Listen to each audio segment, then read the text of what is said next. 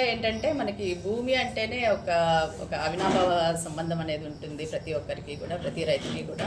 మనమందరం కూడా రైతు బిడ్డలం కాబట్టి ఇంకా ఎక్కువ బంధం ఉంటుందన్నమాట భూమితో. సో భూమికి సంబంధించి ఏ చిన్న సమస్య ఉన్నా కూడా మనమంతా కూడా చాలా ప్యానిక్ అయిపోతాం, టెన్షన్ అనేది వస్తుంది అనమాట.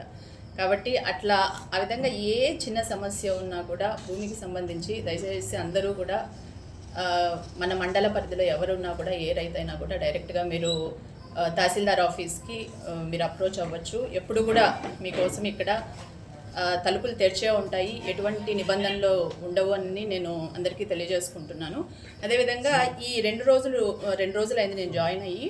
ఈ 2 రోజుల్లో నాకు అర్థమైంది ఏంటంటే, మనకి ఎక్కువ రీసర్వే గ్రామాల్లో కొంచెం జాయింట్ ఎల్పిఎంస్ అనేటివి ఎక్కువ ఫామ్ అయిపోయి ఉన్నాయి. సో వాటిని మనం సపరేట్ చేసి రైతులకి ఏ విధంగా లబ్ధి చేయాలి అంటే, వాళ్ళు సాధారణంగా ఏంటంటే లోన్స్ తీసుకోవాలనుకున్నా, దేనికన్నా వెళ్ళాలనుకున్నా కూడా కొంచెం ఇష్యూ అవుతుందన్నమాట జాయింట్ ఎల్పిఎంస్ ఉన్నప్పుడు.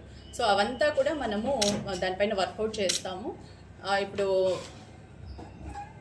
మనము కలెక్టర్ గారికి కూడా అదేవిధంగా ఆర్డీఓ గారికి కూడా మనం విన్నవించడం జరిగింది. స్టాఫ్ కావాలి, అదనంగా స్టాఫ్ కావాలి, విఆర్ఓలైనా అండ్ విఎస్లైనా కావాలి అని చెప్పేసి మనం పదే చెప్పడం జరిగింది. కాబట్టి మనకి స్టాఫ్ రాగానే ఉన్న స్టాఫ్తో కూడా మనము ఈ జాయింట్ ఎల్పిఎంస్ని క్లియర్ చేద్దాము. అండ్ ఏ సమస్య ఉన్నా కూడా దయచేసి అందరూ కూడా తహసీల్దార్ ఛాంబర్కి, తహసీల్దార్ రూమ్కి రావచ్చు, నన్ను కలవచ్చు, మీ సమస్యని చెప్పవచ్చు. అండ్ మీ సమస్య విన్న వెంటనే ఖచ్చితంగా స్పందిస్తాను అని భరోసా ఇస్తున్నాను అందరికీ కూడా. Thank you so much.